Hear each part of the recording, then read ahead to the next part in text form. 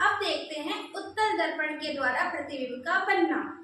तो पिछली कक्षा में हमने सीख चुके हैं अवतल दर्पण के द्वारा प्रतिबिंब की स्थिति कहाँ पर बनती है, कहाँ पर, और उसके नियम किस प्रकार है। यदि आपने उस वीडियो को नहीं देखा है तो पहले आप प्रकाश के नियमों को अच्छी तरीके से पहले उस वीडियो को देखिए।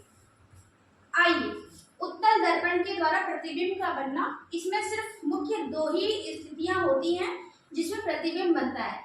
जब वस्तु अनंत पर हो और दूसरी स्थिति होती है जब वस्तु अनंत से ध्रुव के मध्य हो।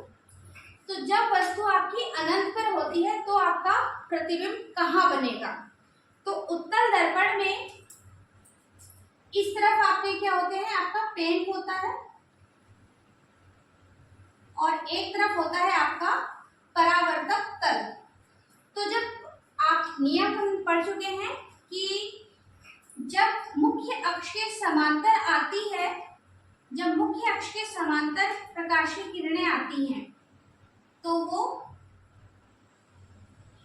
फोकस से होते हुए जाती हैं।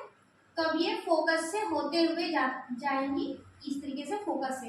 इसी को हम थोड़ा और आगे यहाँ से, क्योंकि उत्तल दर्पण प्रकाश की किरणों को अपसारित करता है, फैलाता है, तो यहाँ से आती है वो ऐसे इधर से देखेंगे तो लगेगा कि फोकस से वो जा रही है।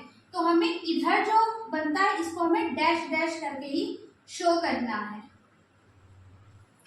अब इधर से भी प्रकाश की किरणें आ रही हैं, मुख्य अक्ष के समांतर है तो ये फोकस से होते हुए जाएंगी।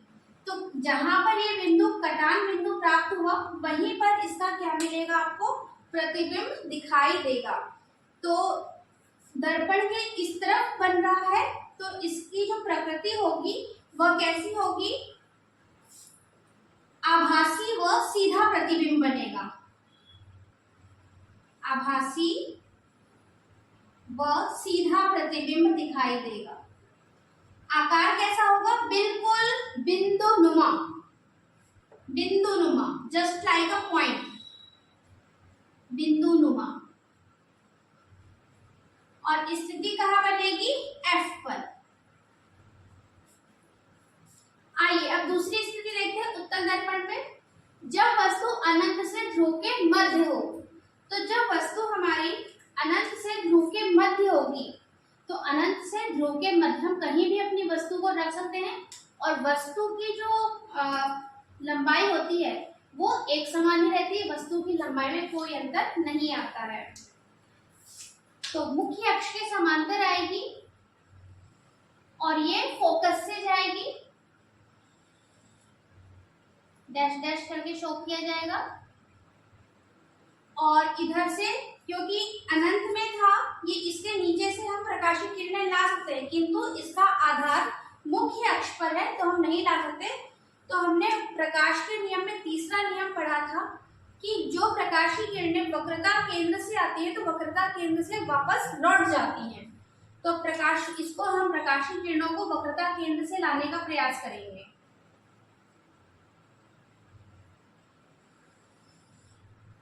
इस तरीके से। तो अब इसका जो कटान बिंदु हमें प्राप्त हुआ वो कहाँ प्राप्त हुआ, ये यहाँ पर प्राप्त हुआ, ये। तो इस तरीके से इसकी जो प्रकृति कैसी होगी, इसकी प्रकृति होगी आपकी आभासी व सीधा, आभासी व सीधा।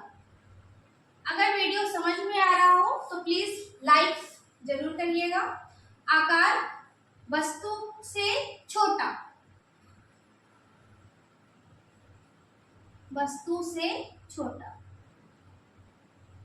और स्थिति कहाँ होगी, P और F के मध्य, P और F के मध्य।